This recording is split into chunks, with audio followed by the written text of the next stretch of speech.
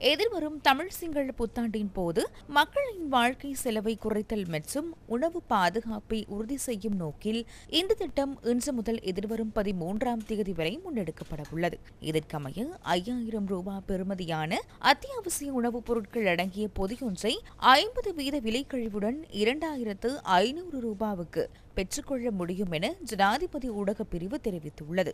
லங்கா சதோச ஊடாக பெற்றுக்கொள்ள முடியாத பகுதிகளில் உள்ள பயனாளிகளுக்கு தெரிவு செய்யப்பட்ட கூட்டுறவு விற்பனை நிலையங்கள் ஊடாக இந்த சலுகை பொதி வழங்கப்பட உள்ளது. இதற்காக அஸ்ரிஸ்ம பயனாளிகளாக பதிவு செய்யப்பட்டு காத்திருப்பு பட்டியலில் உள்ள 8,12,753 பயனாளிகளின் குடும்பங்கள் அடையாளம் காணப்பட்டுள்ளனர். நிதியமைச்சு மற்றும் உணவு பாதுகாப்பு குழு மற்றும் கூட்டுறவு விற்பனை நிலையங்கள் இணைந்து இந்த வேலை திட்டத்தை நடைமுறைப்படுத்துகின்றன.